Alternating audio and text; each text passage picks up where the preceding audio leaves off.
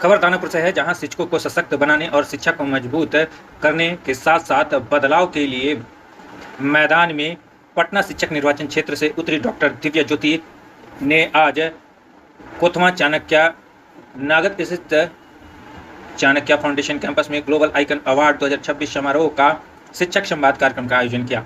कार्यक्रम में बिहार की शिक्षा सशक्तिकरण, शैक्षणिक सुधार और राजनीति की जवाबदेही पर जमकर चर्चा परिचर्चा हुई। अवार्ड 2026 में पटना सदर में स्थापित विभिन्न शैक्षणिक संस्थाओं के प्रमुख प्राचार्य, शिक्षक, शिक्षिका, सामाजिक शिक्षाविद आदि हजारों की संख्या में शिरकत करने पहुंचे थे। ग्लोबल आइकन अवार्ड 2026 का शुभारंभ एकेडमी ऑफ ग्लोबल अचीवर्स के चेयरमैन सह Chanakya foundation group of institute के निदेशक शिक्षक निर्वाचन क्षेत्र के प्रत्याशी डॉक्टर दिव्या ज्योति एवं Chanakya foundation group of institute व डॉक्टर अशोक गगन कॉलेज के अध्यक्ष डॉक्टर अशोक गगन समेत संयुक्त रूप से प्राचार्यों ने दीप प्रज्वलन कर इस कार्यक्रम की शुरुआत की, जिसमें शिक्षकों, शिक्षाविदों, प्राचार्यों एवं सामाजिक प्रतिनिधियों को संबोधित करते हुए एमएलसी प्रत्याशी डॉक्टर दिव्या ज्योति ने लगभग 3 दशकों से शिक्षक निर्वाचन क्षेत्र का प्रतिनिधित्व कर रहे वर्तमान नेतृत्व पर तीखा हमला बोला। उन्होंने कहा कि लगभग 30 वर्षों तक लगातार प्रतिनिधित्व मिलने के बावजूद आज भी स्कूलों और कॉलेजों के शिक्षक समान वेतन, सेवा, सुरक्षा, पारदर्शिता, प्रोन्नति व्यवस्था, सम्मानजनक कार्य परिस्थितियां तथा उचित शैक्षणिक आधारभूत संरचना जैसी मूलभूत समस्याओं से जूझ रहे हैं।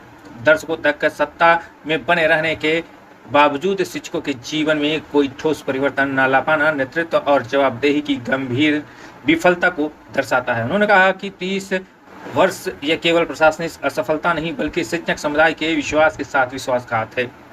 शिक्षकों को केवल वोट बैंक बनाकर रखा गया, जबकि उनकी वास्तविक समस्या अनसुलझी हुई रही। डॉक्टर दिव्या ज्योति ने आरोप लगाया कि शिक्षकों के हित के कार्य करने के दावे के बार बार किए गए, लेकिन न तो विद्यालय और महाविद्यालय को प्रभावी रूप से मजबूत किया गया और न ही शिक्षा विकास के लिए एमएलसी निधि का सही उपयोग सुनिश्चित किया गया। बिहार के कई शिक्षण संस्थान आज भी कमजोर आधारभूत संरचना, सुविधाओं की कमी और प्रशासनिक अपेक्षा का सामना कर रहा है। यदि दशकों से प्रतिनिधित्व के बाद भी परिवर्तन दिखाई नहीं देता है तो जवाबदेही तय होनी चाहिए। सीधे राजनीतिक रुख अपनाते हुए डॉक्टर दिव्या ज्योति ने कहा कि अब शिक्षक समुदाय केवल भाषणों और प्रतीकात्मक आश्वासनों से नहीं बल्कि वास्तविक प्रतिनिधित्व और ठोस परिणाम चाहता है। पटना की ऐतिहासिक विरासत का उल्लेख करते हुए उन्होंने कहा कि चाणक्य और सम्राट अशोक की भूमि पाटलिपुत्र सदियों से ज्ञान, शासन और परिवर्तन का केंद्र रही है, लेकिन आज इस धरती के शिक्षक समान और अधिकारों के लिए संघर्ष करने पर मजबूर हैं।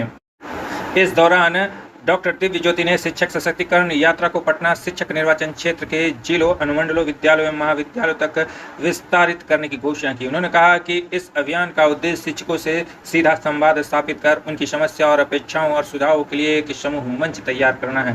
उन्होंने कहा कि यह आंदोलन केवल चुनाव राजनीति तक सीमित नहीं रहेगी, बल्कि बिहार में शिक्षक समान और शैक्षणिक सुधार के लिए एक व्यापक अभियान का रूप लेगा।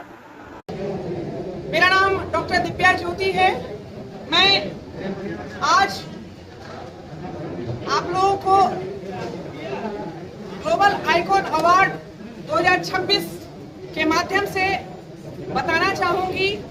यह ग्लोबल आइकॉन अवार्ड का जो प्लेटफॉर्म है, यह बिहार में हमने हमारे शिक्षकों के सम्मान में, उनके गौरव में स्थापित किया है और शिक्षकों को एक महत्वपूर्ण प्लेटफॉर्म मिले। जो शिक्षक बिहार में काफी लंबे समय से उपेक्षित होते आए हैं, शोषित होते आए हैं, जिनको कभी उचित सम्मान नहीं मिला, कभी जिनके साथ पूर्ण न्याय नहीं हुआ, आज मैं ग्लोबल आइकॉन अवार्ड के प्लेटफॉर्म से उन सबको वह सम्मान, वह प्रतिष्ठा जो बिहार के गौरव के रूप में उन्हें मिलना चाहिए थे, उनको देकर सर्वोच्च स्थान रखने का हकदार है, जिसके कारण हमारे समाज की रीढ़ है, नींव है, जो हमारे बच्चों का भविष्य बनाते हैं, जो बिहार के भविष्य के कर्णधार हैं, आप बहुत ज्यादा समय तक उनको इग्नोर नहीं कर सकते हैं। आपको शिक्षक समाज की ताकत को पहचानना होगा। आप शिक्षकों को अपमानित करके, शिक्षक समाज की महत्ता को कम करके, उनका शोषण करके, उनके अधिकारों का दमन करके चाहेंगे कि बिहार का समाज में बिहार का विकास को रोकने का प्रयास करेंगे, तो मैं उन सभी शिक्षकों के तरफ से जो पटना शिक्षक टीचर्स एसोसिएशन है, नालंदा टीचर्स एसोसिएशन है, नवादा टीचर्स एसोसिएशन है, उन सब की तरफ से आप सबको यह मैसेज देना चाहती हूँ कि अब शिक्षकों की आवाज को बहुत ताकत के साथ, बुलंदी के साथ उठाया जाएगा। उनके हक की लड़ाई लड़ी जाएगी और उनको जो उनका अधिकार है वह दिलाने के लिए मैं उनके कार्यकर्ता के रूप में कृत संकल्प। मैम, जब समय आता है चुनाव का तो इस तरह के वादे बहुत नजर आते हैं, लेकिन वही जो है वोट लेने के बाद लोग भूल जाते हैं। यह तो आपको उनसे पूछना होगा जो आज तक शिक्षकों का प्रतिनिधित्व कर रहे थे। पिछले 30 वर्षों से शिक्षक का प्रतिनिधित्व होता रहा है, लेकिन आज भी आप एक भी शिक्षक से पूछें कि क्या उनको उनका हक मिला, क्या उनके साथ अन्याय हो रहा था, जो सरकार के द्वारा उनका शोषण होता आया, जो उनके अधिकारों को रोका गया, जो उनको सम्मान नहीं मिला, चाहे वह समान वेतन का हक हो, चाहे उनका ट्रांसफर पॉलिसी की बात हो, चाहे उनका स्थायी नियुक्ति की बात हो, चाहे उनकी सेवानिवृत्ति के बाद पेंशन योजना की बात, वैक्सीनेशन का कोई कार्यक्रम हो जाए। देखिए, ये सब है तो नहीं बोलना चाहिए। सब समाज में इस तरह का आबादी के बारे में नहीं बोलना चाहिए। शिक्षा मंत्री पर हम कुछ कहना नहीं चाहिए। तो नए नए आए हैं, ना वो शिक्षा को समझ पा रहे हैं, तो समय बताएगा। लेकिन किसी भी व्यक्ति को, जो भी व्यक्ति मानव योनि में जन्म लिया है, जो माँ के गर्भ से जन्म लिया है, उसको अपने माँ के बारे में इस तरह का अवसर नहीं होना चाहिए। हम ज़्यादा शिक्षा मंत्री पर कुछ कहना नहीं चाहिए।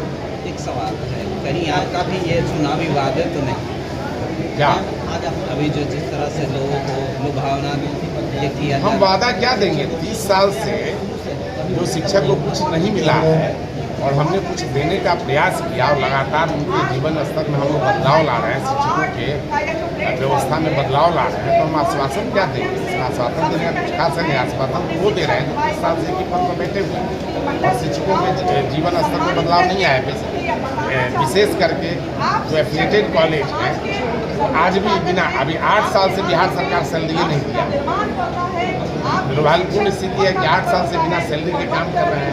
हम तो अधिक मांग करते हैं कि समान वेतन सबको मिलना चाहिए। जो भी शिक्षक है सबको समान वेतन मिलना चाहिए। साथ ही साथ पेंशन दिया जाना बड़ी आवश्यक है। जिस तरह से पुराने शिक्षकों को सेंट्रल पेंशन दिया जाता था, उस तरह से, ताकि शिक्षक की मन स्थिति ठीक हो, उनके घर की आर्थिक स्थिति ठीक होगी। क्योंकि शिक्षक एक चिकित्सक पैदा करता है, IAS पैदा करता है, IPS पैदा करता है, रिसर्च स्कॉलर पैदा करता है, साइंटिस्ट पैदा करता है, बढ़िया एग्रीकल्चरिस्ट पैदा करता है, बड़ा इंटरप्रेन्योर इंडस्ट्रीज को वही शिक्षक बनाता है। बिना जो शिक्षक सम्मान उसको नहीं मिल पा रहा है, उसका जीवन स्तर में सुधार नहीं हो पा रहा है। इसलिए हम आपके माध्यम से लेकर के सदन तक आपसे दावे कर रही है, क्या लगता है कि टीचर्स के उम्मीदों पे खरे उतरेंगे? देखिए, सबसे पहले आप चैनल के तमाम साथियों को, मीडिया के तमाम साथियों को बहुत बहुत शुभकामना, बधाई कि आप ग्लोबल आइकन अवार्ड 2026 का जो चौथा कार्यक्रम पटना में आयोजित हो रही है, इसमें आप लोग आए हैं। इसके लिए आप सबको मीडिया के साथियों को साधुवाद।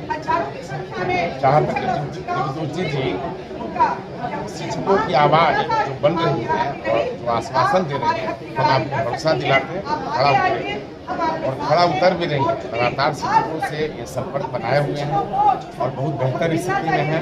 बहुत सारे शिक्षकों का समस्या समझ रहे हैं और उसका समाधान भी साथ ही साथ बन कर रहा है। लोगों के साथ मिल करके, सरकारी कर्मियों के साथ मिल करके, सरकारी पदाधिकारियों से मिल करके शिक्षकों की लगातार समस्याओं का समाधान कर रहा है। और जो वर्तमान में हालात है, 30 साल से नवल यादव जी पटना शिक्षक निर्वाचन क्षेत्र में प्रधान परिषद कार्य कर रहे हैं। शिक्षक उनसे उठ चुके हैं, 30 साल में बदलाव नहीं देखा और केवल हर बार वो ठगी, सभी शिक्षकों को ठगने का उन्होंने काम किया है। बेसिकली तो दारू बेचते थे। आप जानते हैं पटना के सचिवालय के पास में उनका दारू दुकान था, बार था बेसिकली, और अभी भी उनका होटल चलता है सचिवालय के सामने। अलॉट तो हुआ है 10 बाई 10 का, लेकिन वहाँ 10,000 स्क्वायर फीट कब्जा करके माफिया के रूप में आदमी दारू माफिया है और होटल माफिया है, शिक्षा माफिया है। उसका शिक्षकों से कोई लेना देना नहीं है। नवल जी को शिक्षकों को कोई लेना देना नहीं है। दुर्भाग्यपूर्ण है बिहार का सबसे प्रबुद्ध समुदाय जिसका वो नेतृत्व कर रहे हैं गलतफहमी से। इस बार हम समझते हैं शिक्षक लोग उनके विरोध में है और चाहते हैं बदलाव, और इस बार बदलाव 30 साल से शिक्षक बदहाल स्थिति जी रहे हैं, इस बार वो बदलाव चाहते हैं। शिक्षा मंत्री का बयान है